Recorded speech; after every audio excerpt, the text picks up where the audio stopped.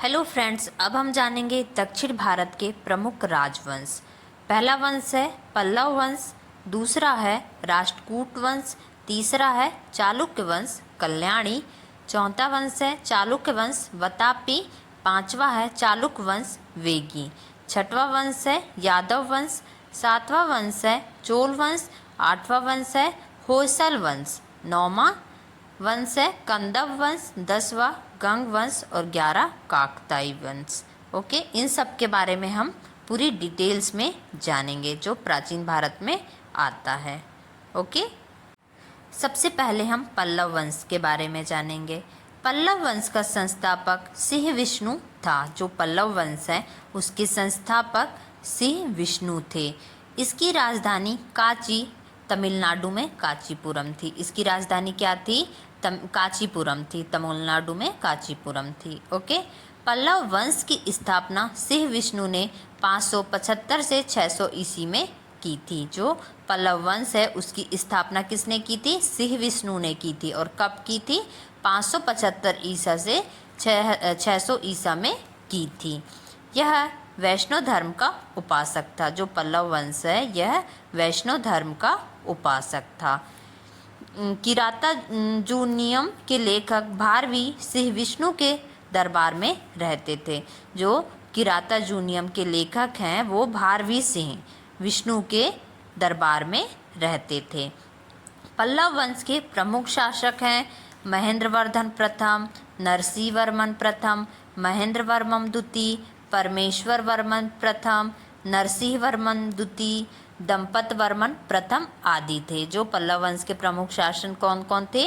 महेंद्रवर्मन प्रथम, नरसिंहवर्मन प्रथम, महेंद्रवर्मन द्वितीय, परमेश्वर वर्मन प्रथम, नरसिंहवर्मन द्वितीय और दंपत वर्मन प्रथम आदि थे। पल्लव वंश का अंतिम शासक उपराजित वर्मन था। जो पल्लव वंश है उसका अंतिम शासक कौन था? अपराजित वर्मन था। कांची के मुक्तेश्वर मंदिर तथा बैकुंठ पेरुमाला का निर्माण नंदीवर्मन ने द्वितीय ने कराया था। जो कांची के मुक्तेश्वर मंदिर था और बैकुंठ पेरुमाल का निर्माण नंदीवर्मन द्वितीय ने कराया था। महाबलीपुरम के एकाश मंदिर जिन्हें रथ कहा जाता है, जो महाबलीपुरम है वहाँ का एकाश मंदिर है जिन्हें रथ कहा जाता है, उसका निर्माण पल्लव राजा नरसिंहवर्मन प्रथम के द्वारा करवाया गया था। जो महाबलीपुरम का एकाश मंदिर है जिन्हें रथ कहा गया है उनका निर्माण पल्लव राजा नरसिंहवर्मन प्रथम के द्वारा करवाया गया था। ओके, अब हम जानेंगे राष्ट्रकूट वंश के बारे में। राष्ट्रकूट वंश, राष्ट्रकूट राजवंश का संस्थापक दंतिदुर्ग था। जो राष्ट्रकूट राजवंश है उसका संस्थापक कौन था? दंतिदुर्ग था। दंतिदुर्ग ने 775 ईसा में राष्ट्रकूट राजवंश की स्थापना की। जो दंतिदुर्ग है उसने 752 ईसा में राष्ट्रकूट राजवंश की स्थापना की। इसकी राजधानी मनकिर या मान्यखेत थी। इसकी राजधानी, जो राष्ट्रकूट राजवंश है इनकी राजधानी क्या थी? मनकिर या मान्यखेत थी। राष्ट्रकूट वंश के प्रमुख शासक थे कृष्ण प्रथम, ध्रुव, गोविंद तृतीय, अमोधवर्ष, कृष्ण द्वितीय, इंद्र तृतीय एवं कृष्ण तृतीय। जो राष्ट्रकूट वंश के प्रमुख शासक थे कृष्ण प्रथम, ध्रुव, गोविंद तृतीय, अमोधवर्ष, कृष्ण द्वितीय, इंद्र तृतीय एवं कृष्ण तृतीय। ध्रुव राष्ट्रकूट वंश का पहला शासक था। जो ध्रुव था वो राष्ट्रकूट वंश का पहला शासक था। ध्रुव को धारावर्ष भी कहा जाता था। जो ध्रुव है उसको धारावर्ष भी कहा जाता था। अमोघवर्ष जैन धर्म का अनुयायी था। जो अमोघवर्ष है वो जैन धर्म का अनुयायी था। इसने कन्नड़ में कविराज मार्ग की रचना की। इसने क्या की? कन्नड़ में कविराज मार्ग की स्थापना की। राष्ट्रकूट वंश का अंतिम महान शासक कृष्ण तृतीय था। इसी के दरबार में कन्नड़ भाषा के कवि पोन रहते थे। जो राजवंश का अंतिम महान शासक कौन था? कृष्ण तृतीय था। राष्ट्रकूट वंश है उसका अंतिम महान शासक कृष्ण तृतीय था। इसी के दरबार में कन्नड़ भाषा के कवि पोन रहते थे जिन्होंने शांति पुराण की रचना की है। राष्ट्रकूट शैव, वैष्णव, शाक्त संप्रदायों के साथ साथ जैन धर्म के भी उपासक थे। जो राष्ट्रकूट थे, राष्ट्रकूट वंश के शैव धर्म, वैष्णव धर्म, शाक्त धर्म संप्रदायों के साथ साथ जैन धर्म के भी उपासक थे। अब हम चालुक्य वंश कल्याणी के बारे में जानेंगे। चालुक्य वंश कल्याणी की स्थापना तैलप द्वितीय ने की थी। जो चालुक्य वंश है, कल्याणी की स्थापना तैलप द्वितीय ने की थी। तैलप द्वितीय ने अपनी राजधानी मानेखेट में स्थापित की। तैलप द्वितीय ने अपनी राजधानी कहाँ स्थापित की? मानेखेट में स्थापित की। चालुक्य वंश कल्याणी के शासक सोमेश्वर ने मानेखेट से हटाकर राजधानी कल्याणी कर्नाटक को बनाया। जो चालुक्य वंश के कल्याणी शासक थे, कौन? सोमेश्वर ने मानेखेट से हटाकर राजधानी कहाँ बनाई? कल्याणी कर्नाटक को बनाया। इस वंश का सबसे प्रतापी शासक विक्रमादित्य चतुर्थ था। इस वंश का सबसे प्रतापी शासक कौन था? विक्रमादित्य था। विल्हड़ एवं विज्ञानेश्वर विक्रमादित्य चतुर्थ के दरबार में ही रहते थे। जो विल्हड़ और विज्ञानेश्वर हैं, वो विक्रमादित्य चतुर्थ के दरबार में ही रहते थे। मिताक्षरा नामक ग्रंथ की रचना महान विधिवेत्ता विज्ञानेश्वर ने की थी। जो मिताक्षरा नामक ग्रंथ है, उसकी रचना किसने की थी? महान विधिवेत्ता विज्ञानेश्वर ने की थी। विक्रमादेव चरित की रचना विल्हड़ ने की थी। जो विक्रमादेव चरित है, उसकी रचना विल्हड़ ने की थी। चालुक्य वंश कल्याणी के प्रमुख शासक के बारे में जानेंगे। अब कौन कौन से हैं चालुक्य वंश कल्याणी के प्रमुख शासक? तैलप प्रथम, तैलप द्वितीय, विक्रमादित्य, जयसिंह, सोमेश्वर, सोमेश्वर द्वितीय, विक्रमादित्य चतुर्थ, सोमेश्वर तृतीय, तैलप तृतीय। ये कौन है? चालुक्य वंश कल्याणी के प्रमुख शासक हैं। ओके, अब हम चालुक्य वंश वतापी के बारे में जानेंगे। जयसिंह ने वतापी के चालुक्य वंश की स्थापना की, जिसकी राजधानी वतापी थी। जो जयसिंह हैं, उन्होंने वतापी के चालुक्य वंश की स्थापना की और उसकी राजधानी वतापी थी। चालुक्य वंश वतापी के प्रमुख शासक पुलकेशिन प्रथम, कीर्तिवर्मन, पुलकेशिन द्वितीय, विक्रमादित्य, विनयादित्य एवं विजयादित्य थे। चालुक्य वंश के शासक कौन कौन थे? पुलकेशिन प्रथम, कीर्तिवर्मन, पुलकेशिन द्वितीय, विक्रमादित्य, विनयादित्य एवं विजयादित्य। कीर्तिवर्मन को वतापी का निर्माण माना जाता है। पुलकेशिन द्वितीय ने दक्षिणापथेश्वर की उपाधि धारण की। जो पुलकेशिन द्वितीय हैं, उन्होंने दक्षिणापथेश्वर की उपाधि धारण की। पुलकेशिन द्वितीय के विषय में ऐतिहासिक विवरण ऐहिहोल प्रशास्ति अभिलेख से प्राप्त होते हैं। जो पुलकेशिन द्वितीय के विषय में ऐतिहासिक विवरण ऐहिहोल प्रशास्ति अभिलेख से प्राप्त होते हैं। पुलकेशिन द्वितीय के द्वारा जिनेंद्र के मैगुती मंदिर का निर्माण कराया गया। जो पुलकेशिन द्वितीय के द्वारा जिनेंद्र के मैगुती मंदिर का निर्माण कराया गया। ऐहोल को मंदिरों का शहर कहा जाता है। ऐहोल को मंदिरों का शहर कहा जाता है। इस वंश का अंतिम राजा कीर्तिवर्मन द्वितीय था। जो चालुक्य वंश वतापी है, इसका अंतिम राजा कीर्तिवर्मन द्वितीय था। ऐहोल अभिलेख का संबंध पुलकेशिन द्वितीय से है। पुलकेशिन द्वितीय ने हर्षवर्धन को हटाकर परमेश्वर की उपाधि धारण की थी। पुलकेशिन द्वितीय ने हर्षवर्धन को हटाकर परमेश्वर की उपाधि धारण की थी।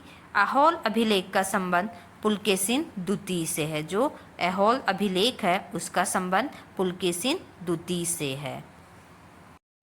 अब हम चालुक्य वंश वेगी के बारे में जानेंगे। चालुक्य वंश वेगी के संस्थापक विष्णुवर्धन था। जो चालुक्य वंश है, उसके संस्थापक विष्णुवर्धन था। इसकी राजधानी वेगी आंध्र प्रदेश में थी। जो चालुक्य वंश वेगी है, उसके संस्थापक विष्णुवर्धन थे और इनकी राजधानी वेगी आंध्र प्रदेश में थी। इस वंश के प्रमुख शासक थे जयसिंह प्रथम, इंद्रवर्धन, विष्णुवर्धन द्वितीय, जयसिंह द्वितीय एवं विष्णुवर्धन तृतीय। इस वंश के सबसे प्रतापी राजा विजयादित्य तृतीय था। इस वंश का सबसे प्रतापी राजा कौन था? विजयादित्य तृतीय था, जिसका सेनापति पंडरंग था। ओके, जिसका सेनापति कौन था? पंडरंग था। अब हम चोल वंश के बारे में जानेंगे। चोल वंश का प्रारंभिक इतिहास संगम युग से प्रारंभ होता है। जो चोल वंश है उसका प्रारंभिक इतिहास संगम युग से प्रारंभ होता है। चोल वंश के संस्थापक विजयालय थे। जो चोल वंश है उसके संस्थापक कौन है? विजयालय थे। चोल वंश की राजधानी तंजाई थी।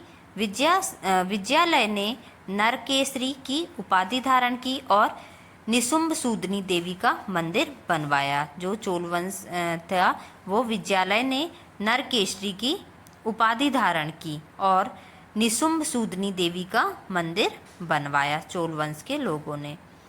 चोलों का स्वतंत्र राज आदित्य प्रथम ने स्थापित किया। इनका जो चोल वंश के लोग थे उनका स्वतंत्र राज आदित्य प्रथम ने स्थापित किया। चोल वंश का अंतिम राजा राजेंद्र तृतीय था। चोल वंश का अंतिम राजा कौन था? राजेंद्र तृतीय था। विष्णु के उपासक अलवार एवं शिव के उपासक नायरार संत कहलाए। चोल काल के विशाल व्यापारी समूह निम्न थे: वल्जियार, नानादेशी एवं मणिग्रामम। चोल काल में आम वस्तुओं के आदान प्रदान का आधार धान था। चोल काल में क्या होता था? आम वस्तुओं के आदान प्रदान का आधार क्या था? सिर्फ धान था। चोल काल में सड़कों की देखभाल बागान समिति करती थी। चोल काल में सड़कों की जो देखभाल करते हैं वो कौन करते थे? बागान समिति करती थी। चोलों की राजधानी कालक्रम के अनुसार थी। जो चोल वंश के लोग थे उनकी राजधानी कालक्रम के अनुसार थी। सबसे पहले उरेयूर, तंजोर, गंगेकोड़, चोलपुरम, काची, ये क्या थी? चोल वंश के राजधानी कालक्रम के अनुसार थी। ओके, अब हम यादव वंश और होयसल वंश के बारे में जानेंगे। देवगिरी के यादव वंश की स्थापना भिल्लम पंचम ने की थी। देवगिरी के यादव वंश की स्थापना किसने की थी? भिल्लम पंचम ने की थी। इसकी राजधानी क्या थी? देवगिरी थी। ओके, इस वंश का सबसे प्रतापी राजा सिंहण था। जो यादव वंश है इसकी राजधानी देवगिरी थी और इस वंश का सबसे प्रतापी राजा सिंहण था। इस वंश का अंतिम स्वतंत्र शासक रामचंद्र था, जिसने अलाउद्दीन के सेनापति मलिक काफूर के सामने आत्मसमर्पण किया। इस वंश का अंतिम स्वतंत्र शासक कौन था? रामचंद्र था, जिसने अलाउद्दीन के सेनापति मलिक काफूर के सामने आत्मसमर्पण किया। अब हम देखेंगे होयसल वंश। द्वार समुद्र के होयसल वंश की स्थापना विष्णुवर्धन ने की थी। जो होयसल वंश है उसकी स्थापना विष्णुवर्धन ने की थी। होयसल वंश यादव वंश की एक शाखा है। जो होयसल वंश है वो यादव वंश की ही एक शाखा है।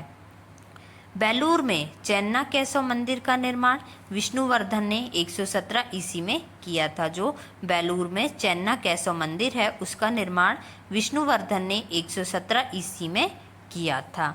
होयसल वंश का अंतिम शासक वीर बल्लाल तृतीय था। जो होयसल वंश है उसका अंतिम शासक कौन था? वीर बल्लाल था, जिसे मलिक काफूर ने हराया था। जिसे किसने हराया था? मलिक काफूर ने हराया था। होयसल वंश की राजधानी द्वार समुद्र थी। जो होयसल वंश है उसकी राजधानी क्या थी? द्वार समुद्र थी। ओके, अब हम कंदव वंश के बारे में जानेंगे। कंदव वंश की स्थापना मयूर शर्मन ने की थी। जो कंदव वंश है उसकी स्थापना किसने की थी? मयूर शर्मन ने की थी। कंदव वंश की राजधानी वनवासी थी। जो कंदव वंश है उसकी राजधानी वनवासी थी। अनुश्रुतियों के अनुसार मयूर शर्मन ने 18 अश्वमेध यज्ञ किए थे। जो अनुश्रुतियों के अनुसार जो मयूर शर्मन ने क्या किए थे? 18 अश्वमेध यज्ञ किए थे। कंदव राजा मयूर शर्मन ने ब्राह्मणों को असंख्य गांव दान में दिए। जो कंदव राजा थे, कंदव वंश के जो राजा थे कौन? मयूर शर्मन। उन्होंने ब्राह्मणों को असंख्य गांव दान में दिए। कंदबों ने जैनों को भी भूमिदान दिया और कंदबों ने जो जैन धर्म के लोग थे उनको भी भूमिदान दिया, पर उनका ब्राह्मणों की ओर अधिक झुके हुए थे। लेकिन वो जैन लोगों को तो भूमिदान की, लेकिन वो ब्राह्मणों की ओर अधिक झुके हुए थे। कंदबों ने अपनी राजधानी कर्नाटक के उत्तरी केंद्रा जिले में वैजंतिया वनवासी में बनाया था। जो कंदब है उन्होंने अपनी राजधानी कहाँ बनाया? कर्नाटक के उत्तरी कैनरा जिले में वैजंतिया वनवासी में बनाई थी। ओके, अब हम गंगवंश के बारे में जानेंगे। गंगवंश का संस्थापक बृहस्पति पंचम था। जो गंगवंश का संस्थापक था बृहस्पति पंचम था। अभिलेखों के अनुसार गंगवंश के प्रथम शासक कोकणी वर्मा था। जो अभिलेखों के अनुसार गंगवंश के प्रथम शासक कौन थे? कोकणी वर्मा थे। गंगों की प्रारंभिक राजधानी कुवलाल कोलर थी। जो गंगवंश के लोग थे उनकी प्रारंभिक राजधानी कुवलाल कोलर थी, जहां सोने की खान होने के कारण इस राजवंश का उत्थान आसान हुआ। यहाँ पे क्या थी? गंगवंश में सोने की खानें थी, उसके कारण क्या हुआ? इस राजवंश का उत्थान आसान हुआ।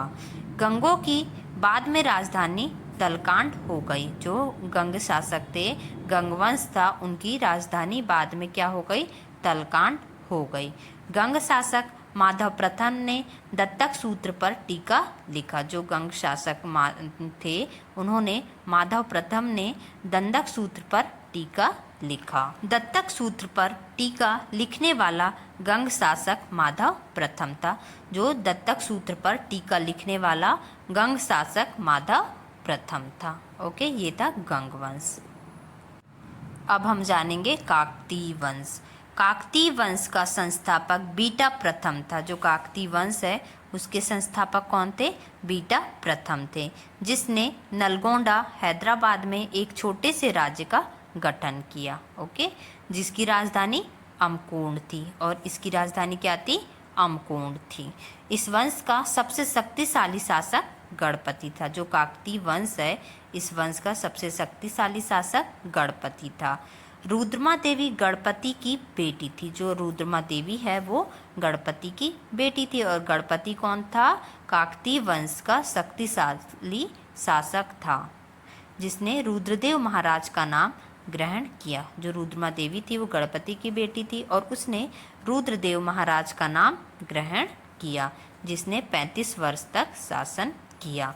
गणपति ने अपनी राजधानी वारगल में स्थानांतरित कर ली थी। जो गणपति थे उन्होंने अपनी राजधानी वारगल में स्थानांतरित कर ली थी। इस राजवंश का अंतिम शासक प्रताप रुद्र था। जो काकतीय वंश है इसका अंतिम शासक कौन था?